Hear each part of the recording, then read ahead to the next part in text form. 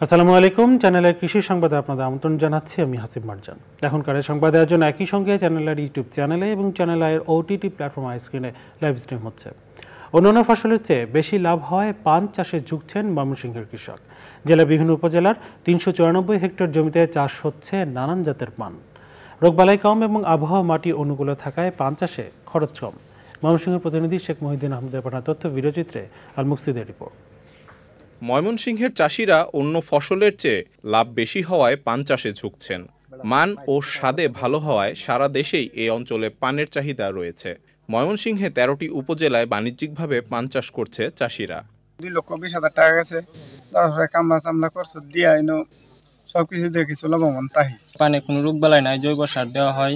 তারপরে আপনার অধিক কম সময়ে অনেক টাকা পাওয়া যায়, বেচা কিনা লাভ করা যায়। গ্রামের সাধারণত মানুষ ওনারা কর্মসংস্থানের জন্য অনেক জায়গায় যেতে হতো, কিন্তু এখন গ্রামের মানুষ গ্রামেই কর্মসংস্থান করতে পারতেছে। কৃষি অফিস যদি আমাদের পান চাষী কৃষকদেরকে কারিগরি প্রশিক্ষণ প্রদান করে, তাহলে তারা এই পান চাষের সম্বন্ধে ভালোভাবে জানতে পারবে।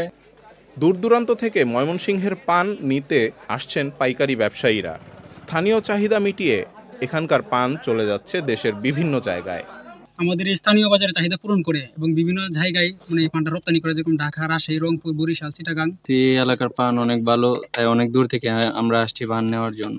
পান চাষে কৃষককে উদ্বুদ্ধ করতে সব ধরনের সহযোগিতা ও পরামর্শ দিচ্ছে কৃষি বিভাগ। কৃষকরা অত্যন্ত খুশি, তারা পান উৎপাদন করে বাজারে বিক্রি করতেছে এবং লাভবান হচ্ছে এবং এই পান ময়মনসিংহ জেলার চাহিদা পূরণ করে আমাদের অন্যান্য জেলায়ও সেগুলো সরবরাহ করতেছে। কৃষি বিভাগের পক্ষ থেকে পান চাষে প্রযুক্তিগত প্রশিক্ষণ সহ অন্যান্য সহযোগিতা প্রদান করলে পানের আবাদ আরও বৃদ্ধি পাবে বলছেন চাষিরা। আল মুকসিদ, চ্যানেল আই। আগাছানাশক স্প্রে করে জয়পুরহাটে 1 একর জমির সরিষার গাছ নষ্ট করে দিয়েছে দুর্বৃত্তরা। এমন ক্ষতির শিকার হওয়ায় দিশেহারা হয়ে পড়েছেন কৃষক মহসিন। প্রয়োজনীয় ব্যবস্থা নেওয়ার আশ্বাস দিয়েছে স্থানীয় কৃষি বিভাগ। জয়পুরহাট প্রতিনিধি সুফল বাড়ি রাসেল জানাচ্ছেন বিস্তারিত। জয়পুরহাট জেলার কালাই উপজেলার পুনট পূর্ব পাড়া গ্রামের কৃষক মহসিন আলী তার স্ত্রীর বড় ভাইয়ের কাছ থেকে 1 একর জমি লিজ নিয়ে ধার দেনা করে সরিষার আবাদ করেন। কিন্তু রাতের আধারে দুর্বৃত্তরা সেই জমিতে আগাছানাশক স্প্রে করে সব সরিষা গাছ নষ্ট করে দেওয়ায় দিশেহারা হয়ে পড়েছেন তিনি। রাত্রেবেলা আসে এই ঘাস মারা ওষুধটা দিয়ে শসা আমার মারছে শাইন উনি আমার শত্রু, ওই নিয়ে কাজ করছে। কদিন আগে আমার একটা পালা ফুটছে।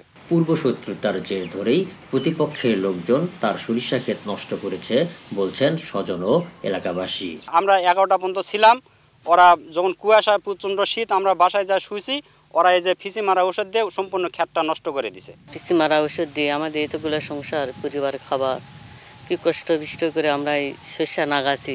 বিচার চাই। দেখেন কষ্ট দুঃখ করে সব কিছু বিক্রি করে আমার ফসলটা ফালাইছি, এই ফসলটা যদি আমাদের মার যায়, আমাদের বাল বাচ্চা নিয়ে আমরা কি করে খাবো ভাই? ফসলটা তুলে তাদের অনেকখানি আলা আছে, তারাই বিক্রি করে হয়তো চাল ডাল কিনে খেলা হয়নি, তাদের হয়তো সংসারে অনেক ঘাটতিতে হয়ে গেল।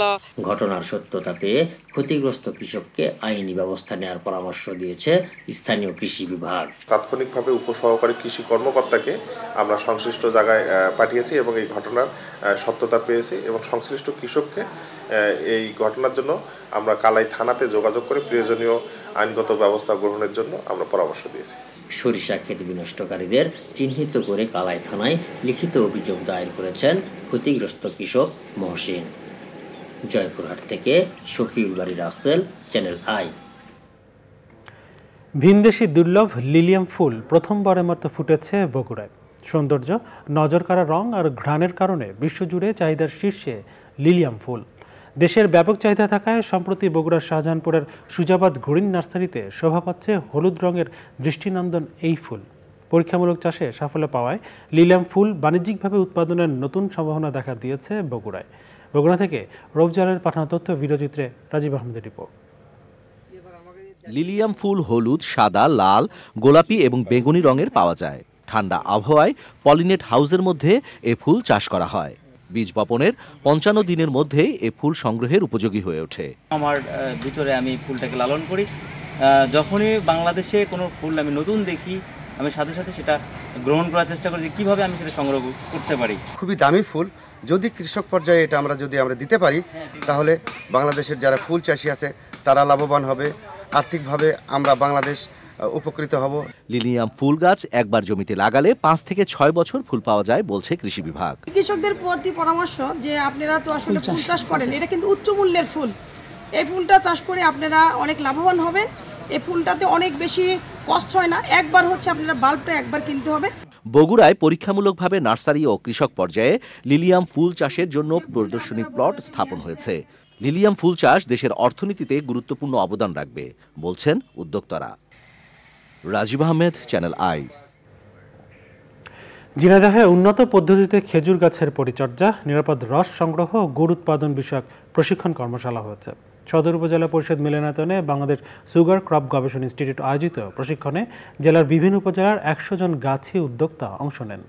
কর্মশালায় নিরাপদ উপায়ে রস সংগ্রহ ও গুড় উৎপাদনে গাছি উদ্যোক্তাদের করণীয় বিভিন্ন বিষয়ে প্রশিক্ষণ দেওয়া হয়।